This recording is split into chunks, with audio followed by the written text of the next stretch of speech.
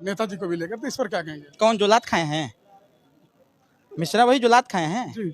अच्छा, हाँ मिश्रा जी ज्यादा बोल रहे थे, चुनौती दे रहे थे हमारे नेता। बड़बड़ बड़बड़ बोलता है, बड़बड़ बड़बड़ नहीं बोलता है। और प्रकाश राजभर से तो कम से कम वो अच्छा बोलता है, वो कहीं कहीं उसकी आदत है। तो अरविंद राजभर की बात, तो अरविंद राजभर जी ने कहा है कि मिश्रा वही जो बड़बड़ बड़बड़ बोलता है, और ये अपने बाप को नहीं देखते हैं कि भाट की तरह तड़बड़ तड़बड़ बोलते हैं। 36 जिला जिलाते हैं, और 70 साल की नहीं बारात पहले आती थी तो भाट होते थे। जी ओम प्रकाश राजभर की बात कर रहे हैं। हाँ, प्रकाश राजभर की बात कर रहा हूँ। का डर रहा हूँ का? पंचायती राज मंत्री हैं। आप पेपर से नहीं मानते हैं तो कहीं न कहीं से उस करणी सेना के नेता का कित गलत रहा होगा, बुरे का परिणाम बुरा होता है। मिश्रा को जेल भेजा गया और करणी सेना को बिल्कुल बेदाग लगा करके रिहा कर दिया गया। आखिर में ऐसा क्यों? ये कानून की धांधली है और पुलिस की को। नमस्कार साथियों, मैं वंशराज और आप देख रहे हैं व्यक्ति भारत। मित्रों, मैं उत्तर प्रदेश के गाजीपुर में हूँ। हमारे साथ जिनको आप देख रहे हैं हमेशा ये धारेदार बात करते रहते हैं। इनका नाम है ओम प्रकाश सिंह जी। ओम प्रकाश सिंह दरोगा जी हैं और दरोगा जी से मैं आज जानना चाहूँगा, और गाजीपुर से लेकर के पूरे उत्तर प्रदेश, आगरा तक, बनारस तक एक हू हल्ला मचा हुआ है। करणी सेना को लेकर के मिश्रा जी को पीटा गया। करणी सेना के खिलाफ मिश्रा जी ने कुछ बोला था। मिश्रा जी ने करणी सेना को कुकर्मी सेना कहने के बाद करणी सेना के लोग या करणी सेना के कुछ पदाधिकारी मिश्रा जी पर वार किए थे, मारा पीट हुआ। उसके बाद मिश्रा जी चले गए जेल। अब अखिलेश यादव जी का प्रतिमंडल वहां जाना है। कल के डेट में अखिलेश यादव जी का प्रतिमंडल जाएगा। लेकिन उससे पहले एक बात है कि ओम प्रकाश राजभर के बड़े बेटा अरविंद राजभर जी ने एक बाइट में बताए हैं कि मिश्रा जी के साथ जो भी कुछ हुआ अच्छा हुआ। दरोगा जी ने बताएंगे कि क्या ओम प्रकाश राजभर के बड़े बेटा जो कह रहे हैं कितना सही है। सादर प्रणाम। सादर नमस्कार। पहले तो आप लोगों के चैनलों को कि आप लोग ऐसी परिस्थिति में जो देश की स्थिति चल रही है, जो लोग करणी सेना हो या बीजेपी हो और जो बुलडोजर की हनक है, इस हनक में आप लोग इस कदम को उठा रहे हैं, तो आप लोगों को मैं बधाई देता हूं। साथ साथ आप लोगों को भी अलर्ट कर रहा हूं कि ऐसा कोई शब्द नहीं यूज करिएगा कि आप लोग को स्वयं संघर्ष कर झेलना पड़े। रह गई बात, आपने प्रस्ताव रखा, एक ही प्रश्न में कई क्वेश्चन कर दिए हैं। पहला क्वेश्चन कर दिए हैं कि करणी सेना को मिश्रा जी जो वाराणसी वाले हैं वो कुकर्णी सेना कह दिए, तो इतना बड़ा अपराध नहीं था जो उनके साथ कृत्य होगा। यह कृत्य बहुत ही घिनौना हुआ जो करणी सेना द्वारा किया गया। उनके घर पर चढ़ करके जा करके उनको बुलाया गया और बुलाने के बाद मारपीट की गई, और मारपीट करने के बाद उनके साथ जो है दोनों पक्ष से मुकदमा पंजीकृत हुआ। लेकिन मुकदमा पंजीकृत एक तरफा करके मिश्रा को जेल भेजा गया और करणी सेना को बिल्कुल बेदाग लगा करके रिहा कर दिया गया। आखिर में ऐसा क्यों?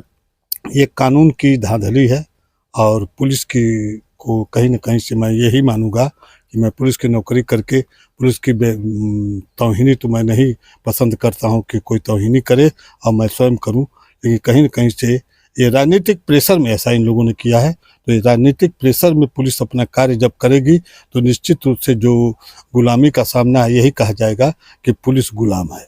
सर जी, अब तक करणी सेना के तरफ से बताया जाता था, कहा भी जाता रहा था कि आगरा में अखिलेश यादव जी आएंगे तो मार दिया जाएगा, काट दिया जाएगा। अखिलेश यादव जी आगरा गए और अपने सांसद से मिले भी और वापस चले गए, और अब तक कुछ।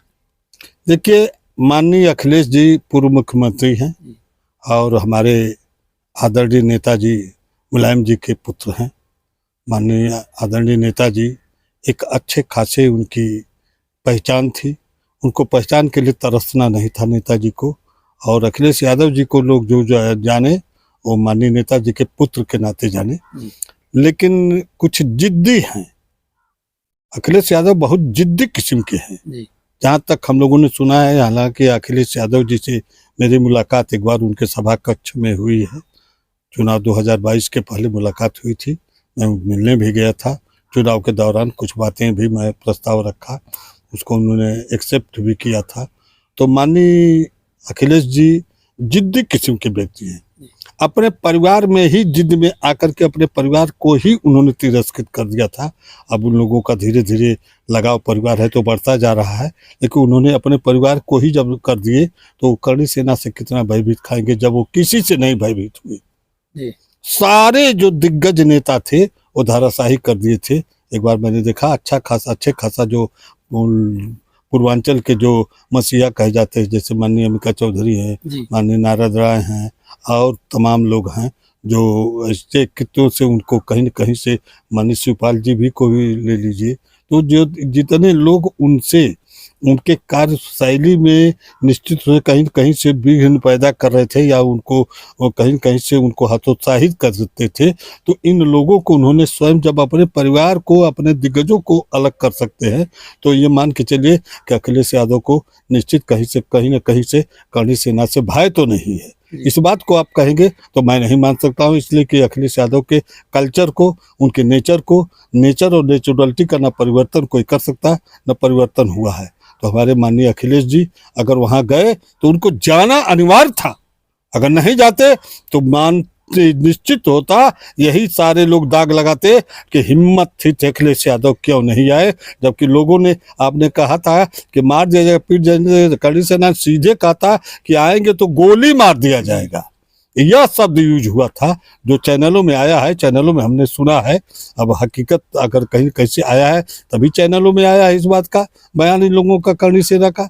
तो करणी सेना को ऐसा कदम, ऐसा शब्द यूज करने का कोई राइट नहीं है, ये नियम विरुद्ध है और निश्चित रूप से कानून व्यवस्था को ध्वस्त करने की भाषा है। कानून व्यवस्था को ध्वस्त न करे लोग, कानून व्यवस्था को बनाए रखें ताकि हमारा देश की मर्यादा कायम रहे। सर जी, करणी सेना के राष्ट्रीय उपाध्यक्ष बंगाल में उनको किसी ने अपराधी गोली मार करके हत्या कर दिया है, इस पर क्या आपका राय है? देखिए ये अपवादित बात है।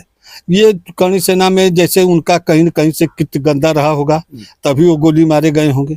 निश्चित रूप से उचित तरह से आप ये कहेंगे कि बीजेपी साफ पाक है या सपा साफ पाक है या बसपा साफ पाक है, इस बात को हम नहीं मानते हैं, क्योंकि हर राजनीतिक पार्टी में कहीं कहीं से भ्रष्टाचार और निश्चित रूप से कहीं कहीं से लोगों का जो शारीरिक शोषण है ये भी इन लोगों के पूर्ण रूप से भरा है, इनके जेहन में है, जिसकी वजह से निश्चित रूप से हम नहीं मानते हैं। तो कहीं न कहीं से उस करणी सेना के नेता का कित गलत रहा होगा, बुरे का परिणाम बुरा होता है। लोग जैसे कह रहे हैं, अभी आपने एक क्वेश्चन में कहा है ओम प्रकाश राजभर के पुत्र अरविंद राजभर की बात, तो अरविंद राजभर जी ने कहा है कि मिश्रा वही जो बड़बड़ बोलता है और ये अपने बाप को नहीं देखते हैं कि भाट की तरह तड़बड़ बोलते हैं, 36 जिला जिलाते हैं और 70 गांव गिनाते हैं।